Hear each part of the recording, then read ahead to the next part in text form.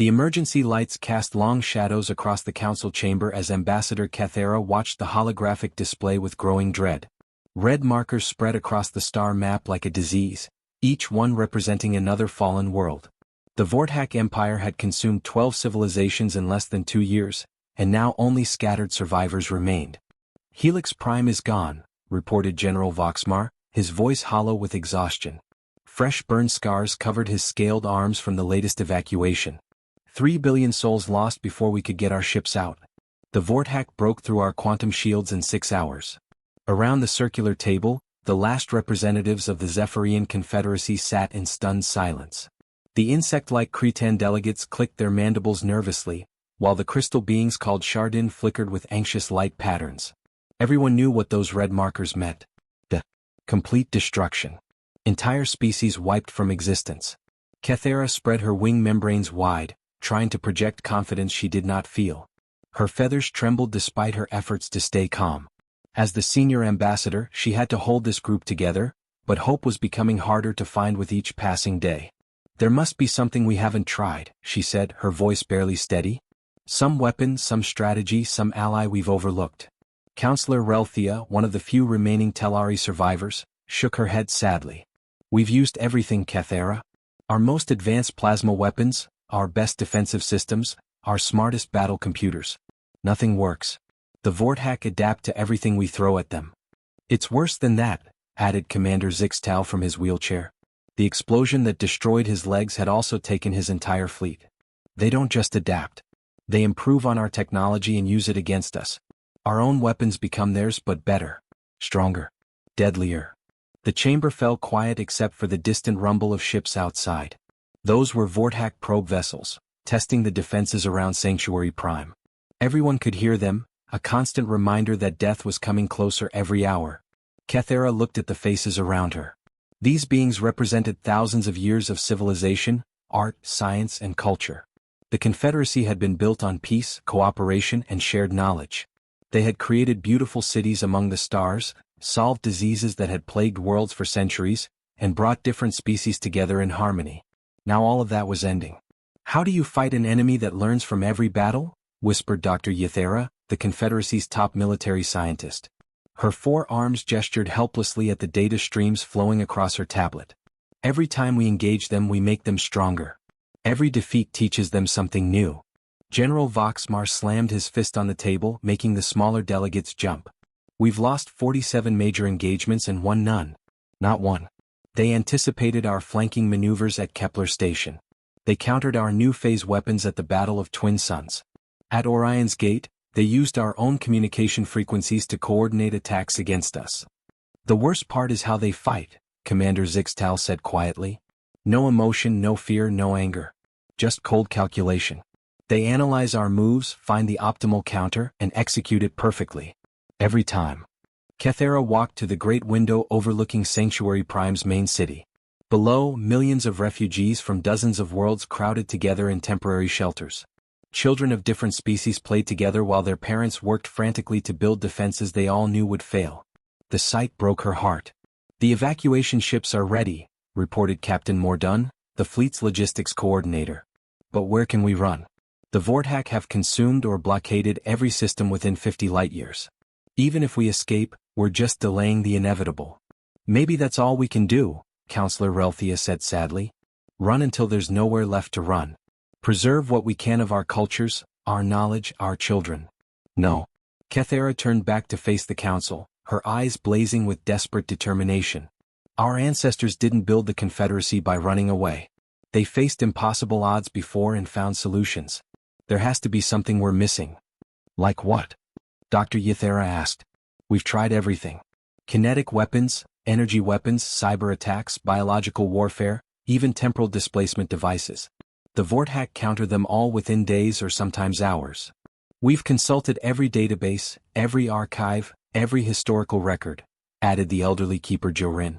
There's no precedent for fighting an enemy like this. The Vorthak represent something new in the galaxy. A form of warfare we've never encountered.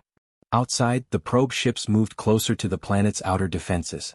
Soon they would test those barriers, find their weaknesses, and report back to the main fleet. Then the real assault would begin, and Sanctuary Prime would become just another red marker on someone else's star map. "We need a miracle," General Voxmar said quietly. "Something the Vorthak have never seen before. Some kind of warfare they can't predict or adapt to." "Miracles don't exist," Commander Zixtal replied. "Only preparation, strategy, and superior technology. The Vorthak have all three." Kethera stared out at the stars, watching the distant lights of the enemy fleet growing brighter. Somewhere out there had to be an answer. Some solution that didn't involve watching everything she cared about burn to ash. The chamber's communication system crackled to life with an automated warning. "Vorthak advanced scouts detected at system perimeter. Estimated time to main fleet arrival, 14 standard hours. 14 hours to find a miracle, or watch the last free worlds in the galaxy fall into darkness forever." The council chamber doors slid open with a hiss, and ancient keeper Mordan shuffled inside. His 6 arms carried data crystals that looked older than most civilizations. The elderly Vashti moved slowly, his back bent with age, but his eyes glowed with an intensity that made everyone pay attention. "Forgive my lateness," he wheezed, his voice crackling through the universal translator. "I have been searching through archives that have not been opened for thousands of years." Ambassador Kethera felt a spark of hope. Mordan was the oldest being in the Confederacy, keeper of secrets that predated their alliance by millennia. If anyone knew of forgotten weapons or lost allies, it would be him. "Tell us you found something," General Voxmar said urgently. "Anything that might help." Mordan placed the ancient crystals on the table with shaking hands. "There is one option. But it violates our most sacred laws. It breaks protocols established by our founders." He activated a holographic display that showed a small yellow star on the galaxy's outer edge. Warning symbols in ancient script surrounded the image, pulsing red like danger signals. The sight made several delegates gasp and lean back in their chairs. "The Sol Quarantine," Mordan announced. "Established 3,847 years ago by the First Confederacy." The chamber erupted in shocked whispers. Even Kethera felt her feathers flatten against her body in instinctive fear. Every child in the galaxy learned about the Sol Quarantine in school, though most of the details were classified. "You speak of the Death Worlders," Counselor Relthia said, her voice barely above a whisper. "The violent species that was locked away before they could spread their madness to the stars." General Voxmar snarled, showing his sharp teeth. "Those creatures were exiled for good reason. The archives say they were too dangerous to exist alongside civilized beings." Mordan nodded slowly. "The records speak of a species called humans. They evolved on a world so harsh that it created natural killers. Everything on their planet was designed to hunt, fight, or poison other life forms. The humans survived by becoming more dangerous than anything else." Dr. Ythera pulled up her own files, her 4 arms working frantically at her controls. "I've read the classification reports. Humans were deemed unsuitable for galactic contact. They turned every tool into a weapon. They practiced warfare as an art form. They even fought wars against their own species for entertainment." "Not entertainment," Mordan corrected. "Resources, territory, ideology, religion, sometimes just because they were bored. The humans found reasons to fight that our psychologists could not even understand." Captain Mordun looked confused. "If they were so violent, how did they survive long enough to develop space travel?" "They didn't," Mordan replied. "The First Confederacy made contact with them while they were still trapped on their home world. The humans had already covered their planet in weapons capable of destroying all life multiple times over. They had poisoned their own air and water with industrial waste. Yet somehow they thrived in this chaos." The old keeper activated another display showing grainy images from ancient surveillance drones. The pictures showed bipedal creatures that looked surprisingly small and fragile. They had no natural armor, no claws, no fangs, no obvious weapons. "They don't look dangerous," Commander Zixtal observed.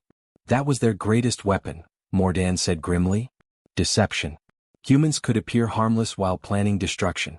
The First Confederacy's contact team tried to help them clean their world and join galactic civilization. Do you know what happened?" No one answered. The ancient stories were classified above most security levels. Within 1 year, the humans had reverse-engineered every piece of technology we shared with them. They turned medical scanners into spy devices. They converted terraforming equipment into planet-killing weapons. They used our communication arrays to hack into our computer systems. Kethera felt sick. What did the First Confederacy do? Quarantine. Complete isolation. A barrier around their entire star system with automated defenses to keep them contained. The official records were sealed and marked with the highest classification levels. Most beings today think the Sol system is just empty space. Good, General Voxmar growled. It should stay that way. We're fighting for civilization itself. The last thing we need is to unleash those monsters on what remains of the galaxy. Are we? Cathera asked quietly. The word surprised even her. Fighting for civilization, I mean. What civilization is left? The Vortak have consumed 12 species. Billions are dead. Our greatest cities are ash. Our most advanced technologies are useless. She stood and walked to the display showing the quarantine zone. Maybe what we need isn't more civilization. Maybe we need something the Vortak cannot understand or predict. You're suggesting we contact them, Dr. Yathera said, horrified. You want to release the most dangerous species in galactic history. The most dangerous species we know of, Cathera corrected. But the Vortak are machines. They think logically. They adapt to logical strategies. What if we threw something completely illogical at them? Counselor Relthea shook her head frantically. Even if the humans agreed to help us, what's to stop them from turning on us afterward? The records say they cannot be trusted. The records also say they were still primitive when we quarantined them, Cathera pointed out. That was nearly 4,000 years ago. Maybe they've changed. Or maybe they've had 4,000 years to become even more dangerous, General Voxmar countered. The chamber fell silent as warning klaxons echoed through the station. A new voice crackled over the communication system. Vortak main fleet detected.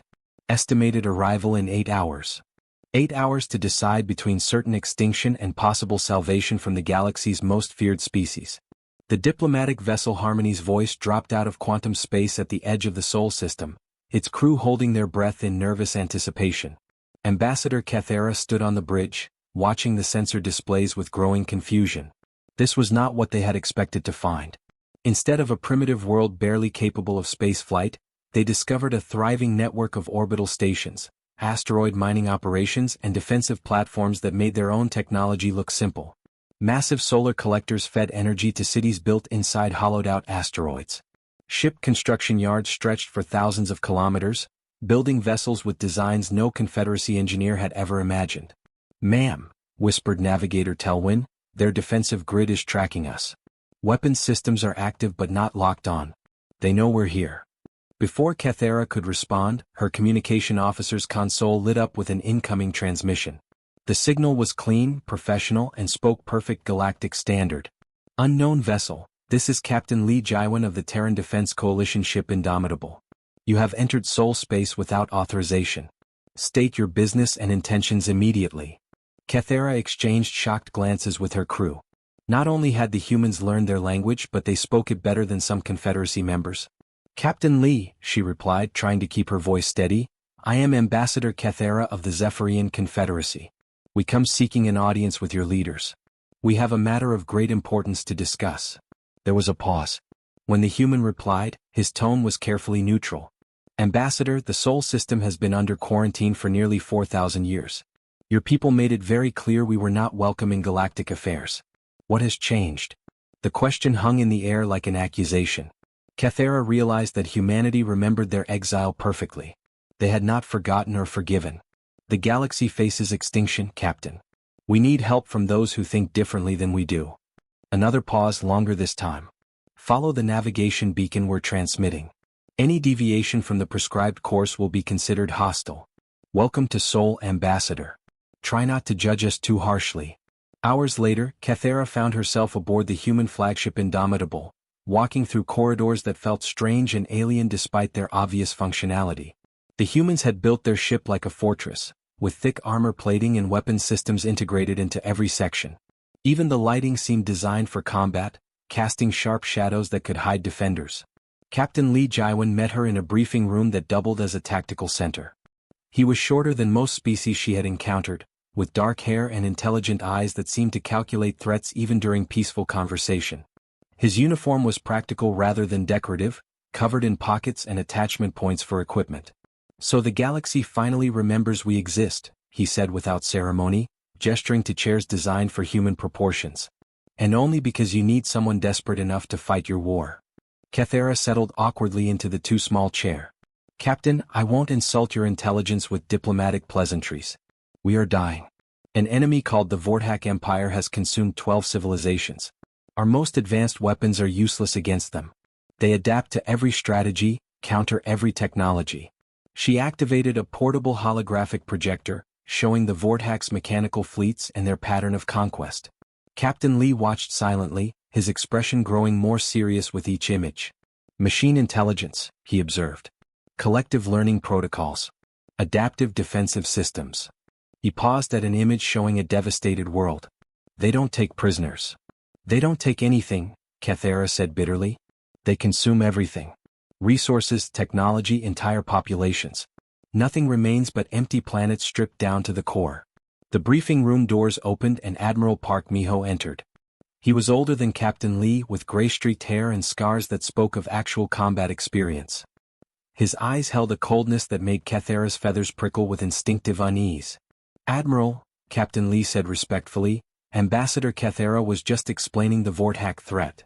Admiral Park studied the holographic displays for several minutes, his expression unreadable. When he finally spoke, his voice was calm and analytical. Interesting. They fight like machines because they are machines. Logical, predictable, efficient. They analyze enemy capabilities, develop optimal counters, and execute perfect strategies. He looked directly at Cathera. How many engagements have you won against them? None, she admitted quietly.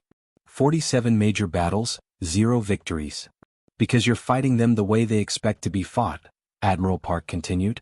Organized formations, logical tactics, predictable strategies. You're playing their game by their rules. Captain Lee leaned forward. What exactly are you asking us to do, Ambassador? Join your confederacy and die alongside you? I'm asking you to do what you do best, Cathera replied desperately. The records say humans are unpredictable, chaotic, violent. The Vorthak adapt to logic and order. Maybe they can't adapt to chaos. Admiral Park smiled, and the expression made Cathera's blood run cold. It was not a pleasant smile. It was the smile of a predator that had just spotted prey. Captain Lee, he said without taking his eyes off the tactical displays, contact Fleet Command. Tell them to prep the 3rd and 7th battle groups for immediate deployment. Full loadout, experimental weapons authorized. Sir, we haven't fought a major engagement in over a century, Captain Lee pointed out. Then it's time to see if we've forgotten how, Admiral Park replied. Ambassador, you wanted chaos? You're about to see what 4,000 years of isolation and military development can produce. I just hope you're prepared for the consequences. Through the viewports, Cathera could see human warships beginning to move in formations that followed no tactical doctrine she recognized. She had asked for help from the galaxy's most dangerous species, and now she was about to find out what that really meant. The Vorthak Armada emerged from quantum space around Sanctuary Prime with mechanical precision. 237 ships arranged themselves in perfect geometric formations, their black hulls gleaming with weapon systems that had conquered 12 civilizations. Every movement was calculated, every position optimized for maximum firepower efficiency. Admiral Kexthor, the Vorthak fleet commander, ran final calculations through his cybernetic mind. The Confederacy forces were exactly where his models predicted. 43 ships clustered around the planet, their energy signatures matching previous encounters. This would be another routine extermination. Then something impossible happened. Space around the Vorthak fleet suddenly filled with human ships that seemed to materialize from nowhere. Not in neat formations or logical attack patterns, but scattered randomly like debris from an explosion. Some were upside down. Others flew backwards while firing forward. A few seemed to be spinning for no tactical reason whatsoever. All Confederacy vessels, this is Commander Kim Soo-young of the human fleet, came a transmission that made Admiral Kexthor's processors pause in confusion. Stay back and try not to get in our way. We're about to do something stupid. The human ships moved like nothing in the Vorthak combat database. Where other species fought in organized formations that could be analyzed and countered, the humans scattered in what appeared to be complete chaos. Then, without warning, they converged on 3 separate Vorthak battle groups simultaneously. Lieutenant Commander Park Hyun-soo piloted his fighter in a spiraling dive that every tactical program labeled as suicidal. His ship was too small, his weapons too weak, his approach too obvious. The Vorthak destroyer he targeted tracked his movement easily, charging its main cannon for what should have been an effortless kill. Instead, Park ejected from his fighter at the last possible second while his ship's computer executed a series of commands that turned the craft into a guided missile loaded with experimental explosives. The blast didn't just destroy the Vorthak destroyer, it created a chain reaction that crippled two nearby cruisers and left a gap in their defensive line. What just happened? Admiral Kexthor demanded from his command ship. That pilot sacrificed himself for minimal tactical gain. Negative, Admiral, his tactical officer reported. The pilot survived. His escape pod contained additional explosives that have now attached to our hull. The escape pod detonated, tearing through the command ship's armor and disabling its primary communication array. Around the battlefield, similar scenes played out as human pilots used their own ships as delivery systems for weapons that violated several galactic warfare conventions. Captain Choi Minho commanded a human destroyer that should have been outgunned by the Vorthak battle cruiser bearing down on his position. Instead of retreating or calling for support, he ordered his ship to ram the enemy vessel at maximum speed while simultaneously ejecting his entire crew in armored pods. The collision destroyed both ships, but the 43 crew pods scattered throughout the Vorthak formation like seeds on the wind. Each pod contained enough explosives to cripple a destroyer, and the humans had timed their deployment to maximize chaos among the enemy ranks. From the Confederacy Command Center, General Voxmar watched in horrified fascination as the humans fought with tactics that seemed to ignore every principle of military strategy. "They're not following any doctrine I recognize," he reported to Admiral Park, who had taken position on Sanctuary Prime's surface to coordinate the battle. "That's the point," Admiral Park replied calmly. "The Vorthak analyze patterns and develop counters. But there's no pattern to analyze when your strategy changes every 30 seconds based on pure instinct and controlled aggression." On his screen, General Voxmar watched a human squad leader named Young Woojin lead his boarding party onto a Vorthak command ship through a hole they had blown in the hull using nothing but hand grenades and determination. Once inside, instead of heading for critical systems like the bridge or engine room, they went straight for the ship's food processing center and turned it into a bomb factory. "Why are they attacking the kitchen?" General Voxmar asked in bewilderment.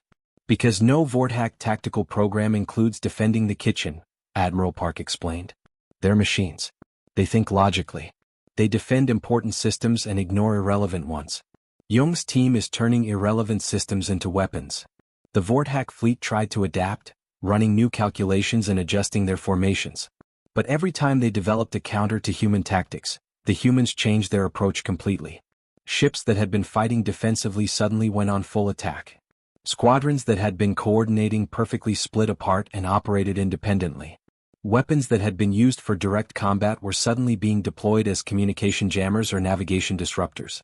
Commander Lee So-young led a squadron of fighters in what appeared to be a retreat from overwhelming Vorthak forces. The enemy ships pursued in standard formation, calculating the optimal moment to destroy the fleeing humans. Instead, they flew into a carefully planned trap where the human retreat had actually been herding them into a debris field rigged with explosives. The resulting blast took out 6 Vorthak destroyers and left their support ships blind and disoriented in a cloud of electromagnetic interference. "This is impossible," Admiral Kexthor transmitted to his remaining fleet commanders.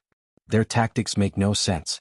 They sacrifice valuable resources for minimal gains, then achieve major victories through methods that should not work." "They fight like they don't care if they die," replied one of his subordinates. "Our threat assessment models cannot process beings that prioritize mission success over self-preservation." For the first time in Vorthak military history, their adaptive algorithms began producing error messages. The humans were not just unpredictable, they were actively chaotic, using strategies that contradicted everything the machines understood about warfare. As the battle raged on, Admiral Kexthor faced a reality no Vorthak commander had ever encountered. They were losing to an enemy that fought like madness itself. 3 days after the battle, the Vorthak fleet retreated beyond the system's edge for the first time in their recorded history. Their mechanical minds needed time to analyze what had happened, to understand how they had been defeated by tactics that made no logical sense. For Admiral Kexthor, the retreat was not just tactical, it was an admission that they had encountered something beyond their programming. In the aftermath, Sanctuary Prime skies were filled with debris from both fleets.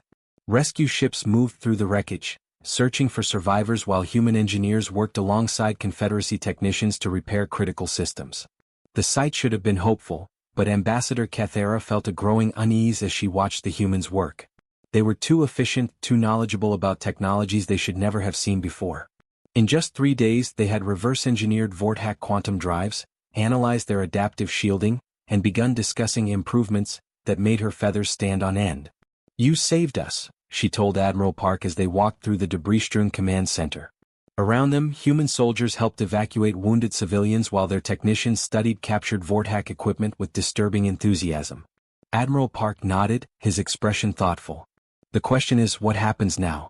You've shown us we're not alone in the universe, and frankly, the galaxy looks pretty hostile from our perspective. Captain Lee Jiwan joined them, carrying a data pad filled with intelligence reports. Our analysts have identified 17 other potential threats within 50 light-years of Sol. Species with aggressive expansion patterns, unstable governments, and weapons capabilities that could threaten Earth. If we're going to be galactic citizens, we need to know what else is out there. Kathera felt her blood chill. In their desperation to defeat the Vortak, they had given humanity a complete database of galactic civilizations, including military capabilities, territorial boundaries, and political weaknesses. Information that could be used for defense or conquest. The Confederacy Council will need to vote on lifting your quarantine, she said carefully, trying to keep her voice neutral. And if they vote to maintain it? Admiral Park asked. The question sounded casual, but something in his tone made Kathera's survival instincts scream warnings. Behind them, a group of human engineers were discussing modifications to a Vortak weapon system. She caught fragments of their conversation: increase yield by 40%, reduce power requirements, bypass organic nervous systems. They were talking about improving weapons designed to kill living beings. You must understand, Kathera said slowly, the quarantine was established for good reasons. Your species has a reputation for violence that concerns many Confederacy members. Captain Lee looked genuinely puzzled. Violence? We just saved your entire civilization. Every human who died in that battle gave their life to protect people they had never met, from species they had never encountered. I know, Kathera replied. And we are grateful. But the way you fight, the weapons you use, the tactics that ignore your own survival, it frightens people. Fear, Admiral Park said quietly. Yes, I suppose it would. We've had 4,000 years to develop our military capabilities in isolation. No treaties to limit our research, no galactic conventions to restrict our weapons development, no allies to worry about friendly fire incidents. He gestured toward a display showing human ship designs. Every vessel in our fleet is built for total war. Every weapon is designed to end conflicts quickly and decisively. Every soldier is trained to achieve victory regardless of personal cost. We learned long ago that the only way to protect what we love is to be more dangerous than anything that threatens it. Kathera studied the ship's schematics with growing horror. The humans had developed technologies that the Confederacy had banned centuries ago as too destructive for civilized warfare. Planetary bombardment systems, biological weapons, computer viruses that could cripple entire star systems. Weapons designed not just to defeat enemies, but to terrify them into surrender. You're worried we'll turn on you, Captain Lee observed. You think we'll become another Vortak empire, conquering and consuming everything in our path. Will you? Kathera asked directly. The two humans exchanged glances. In that moment, Kathera realized she was looking at beings who had spent millennia preparing for galactic warfare while the rest of the galaxy had focused on peace and cooperation. That depends, Admiral Park said finally, on how the galaxy treats us. We've been alone for 4,000 years, feared and shunned by every other intelligent species.